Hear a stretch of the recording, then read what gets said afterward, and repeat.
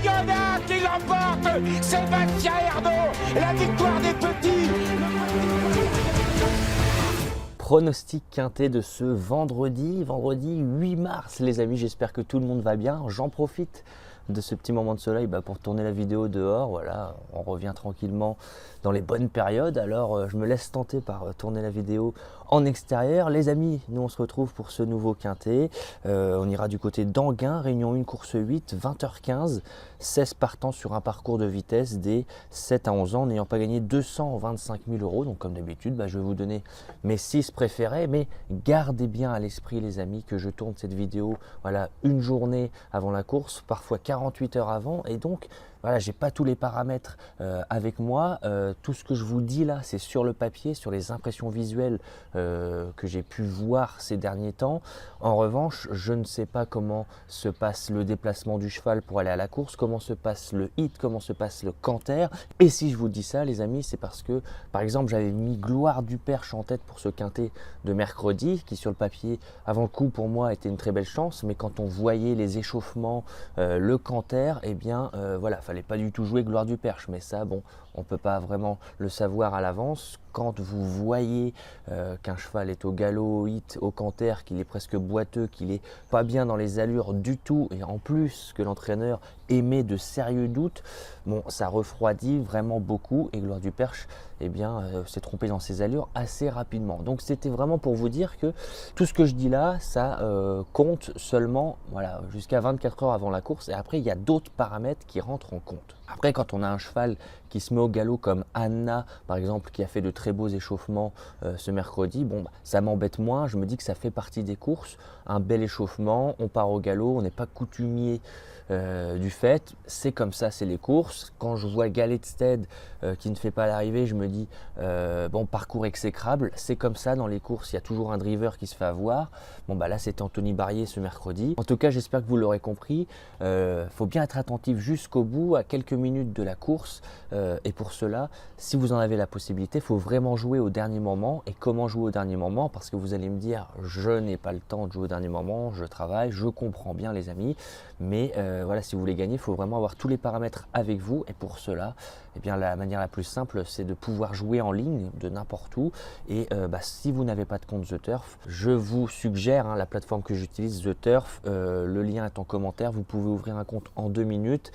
Votre premier dépôt, il est doublé, donc pour vous, ça vous permet de jouer gratuitement, parce que si vous mettez 50, vous jouez avec 100. Si vous mettez 100, vous jouez avec 200. Et vous avez même 10 € supplémentaires encore avec mon code promo. Et pour ma part, ça me permet de faire vivre la chaîne parce que je touche une petite commission de la part de The Turf. Donc c'est vraiment gagnant-gagnant. Vous êtes nombreux à avoir ouvert un compte The Turf. Je vous en remercie. Vous en avez profité. Et je vous remercie beaucoup parce que ça me permet, moi, de me consacrer à l'étude de ces quintets tous les jours, en étant présent sur les hippodromes. J'étais ce dimanche à Vire, j'étais ce lundi à Caen, et je serai cet après-midi sur l'hippodrome de la Prairie encore à Caen, et pourquoi pas faire le déplacement juste derrière à Laval. Donc voilà, ça me permet moi de pouvoir me déplacer, d'avoir des informations que je peux vous divulguer. Et donc je vous remercie beaucoup de votre confiance, de votre fidélité, et de faire vivre la chaîne. Et pour ce quintet les amis, j'ai pu m'apercevoir que dans le passé de la course, sur les 2 dernières années, c'est des chevaux en vue qui font l'arrivée parmi les 8 favoris. Donc ça se joue autour des 8 favoris depuis 2 ans. On va pas sortir des sentiers battus dans cette course. Je vais vous donner mes cibles préférés et je vais partir en tête avec un coup de poker. Je ne pense pas du tout qu'il sera favori.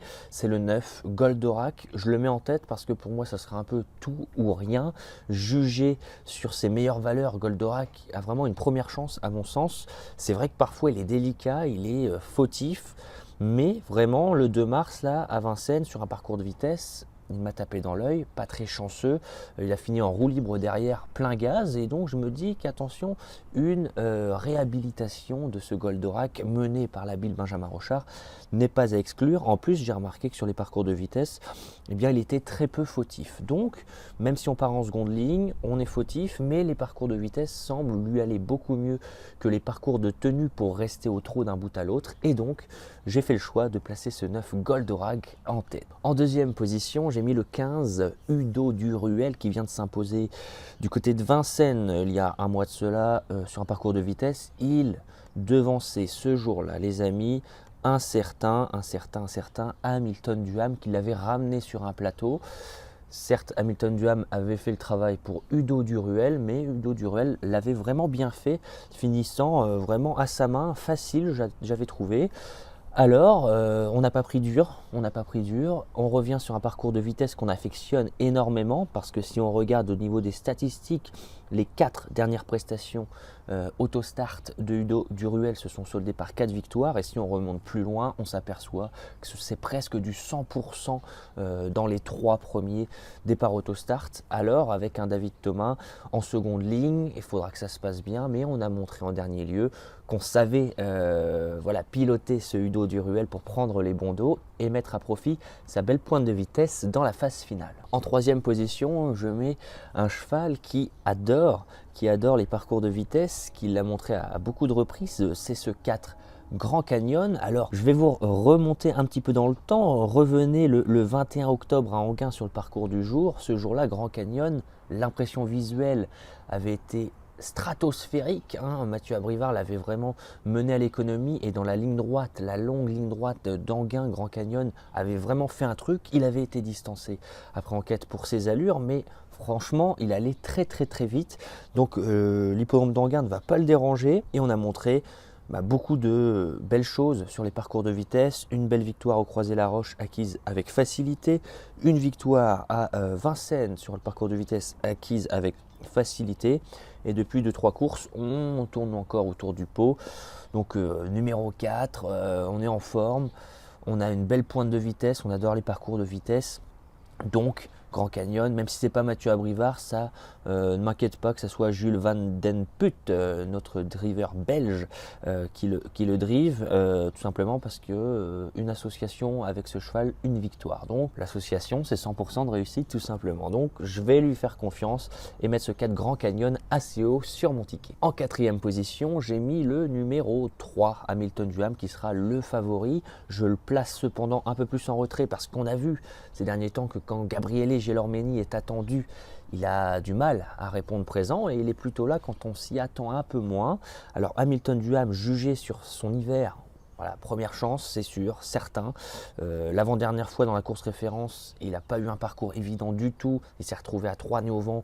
Il a bien prolongé son effort. Et en dernier lieu, on vient d'être battu seulement par un cheval qui semble un peu déclassé, un étranger, en penchant à droite. Donc j'ai pas l'habitude de voir Hamilton Duham pencher à droite. Donc peut-être que c'est un signe qu'il commence à en avoir marre de l'hiver, je ne sais pas. En tout cas, comme je le dis, je le répète, magnifique régularité cet hiver, mais je le place un peu plus en retrait parce que des fois Gabi, on ne sait pas trop sur quel pied danser, il est un peu trop chaud, il donne des mauvais parcours, ce qui le fait battre en fait. Donc voilà, j'ai l'impression que Hamilton Duham, c'est une priorité dans ce quintet. On ne peut pas l'enlever d'un quintet en 5-6 chevaux, c'est sûr. En revanche, on peut tenter de le mettre un peu plus bas que la première ou la 2e place. En 5e position, j'ai mis le numéro 11, Isa du Marga, qui va effectuer une rentrée qui sera d'emblée dans la configuration déférée des postérieurs. Donc, à mon avis, on n'est pas là pour faire le tour. À noter pour Isa du Marga une habilité sur l'hippodrome d'Enghien, une 2e place et une 3e place sur le parcours du jour en 2 tentatives, donc c'est du 100% de réussite. Isa du Marga a déjà montré de la qualité dans de très bons lots, une belle régularité, rarement fautive, et donc il est normal d'en attendre une belle performance, au moins pour figurer en fin de combinaison. Et pour compléter ma sélection, j'ai mis le 14 Gershwin de Chenu. Voilà, j'aurais pu en choisir un autre, mais Gershwin de Chenu, parfois m'a épaté, parfois à des moments où je m'y attendais pas. Alors là, on a effectué une course de semi-rentrée à Vincennes sur un parcours de vitesse qui va être très certainement bénéfique pour monter en condition. Et Gershwin de Chenu revient à Enghien, là où il n'a jamais déçu en 2 tentatives, 3e et 3e, dont une sortie sur le parcours du jour. Alors oui, il souffle un peu le chaud et le froid, parfois il ne fait pas l'arrivée alors qu'on s'y attend un peu, mais là, vu qu'on s'y attend pas trop, finalement, je me dis pourquoi pas venir péter des jeux. 4e, 5e, en tout cas Gershwin de Chenu m'a déjà tapé dans l'œil à beaucoup de reprises, et donc il aura ma préférence, contrairement à d'autres concurrents dans cette course. Donc ma sélection les amis pour ce quintet du vendredi 8 mars sur l'hippodrome d'Enghien. Attention, c'est en nocturne, hein, la course est à 20h15. J'ai placé en tête le 9 Goldorak qui à mon sens a le potentiel de gagner cette course. Ça sera très certainement tout ou rien, c'est pour ça que je l'ai placé en tête. Ce n'est pas vraiment une base cependant. En deuxième position, le 15 Udo Duruel qui vient de gagner facile et qui adore les départs autostart. En troisième position, le 4 Grand Canyon qui cet hiver a vraiment été très bon, repousse les limites à chaque fois et revient sur un parcours qu'il affectionne également. En quatrième position, le 3 Milton Duham, le favori, logique au vu de ses prestations cet hiver. Attention, j'espère qu'il n'a pas pris dur tout simplement, et parfois Gabi Gelormini déçoit un peu quand il est favori. En cinquième position, le 11 Isa Dumarga qui revient d'emblée déféré et donc on est en droit de se méfier. Et enfin j'ai mis le 14 Gershwin de Chenu qui parfois me surprend et crée de belles surprises à belle cote. Donc voilà les amis, moi je file cet après-midi du côté de Caen, donc voilà, je ne sais pas vraiment s'il va y avoir des noms partants vu que je tourne la vidéo très tôt. Je vous rappelle que si vous avez la possibilité de jouer au dernier moment, c'est le mieux vraiment pour avoir toutes les données, et donc vous pouvez ouvrir un compte The Turf avec le lien qui est en commentaire. Voilà, tout simplement. Je voulais vous dire également que je serai certainement ce vendredi sur l'hippodrome d'Enghien pour accompagner Alpha, une fois de plus, Alpha qui va courir dans un lot à sa portée normalement, mais elle va être ferrée, donc voilà, un petit doute là-dessus. En tout cas, j'espère encore une fois qu'elle sera dans les trois, qu'elle fera plaisir à son entourage, Stéphane Levoix, à Marie, et donc je vais essayer d'y aller, me déplacer pour pourquoi pas prendre une belle photo de la gagnante. Sur ce les amis, eh bien, je n'ai vraiment plus qu'à vous souhaiter beaucoup de chance au jeu et on se dit à plus tard. Ciao.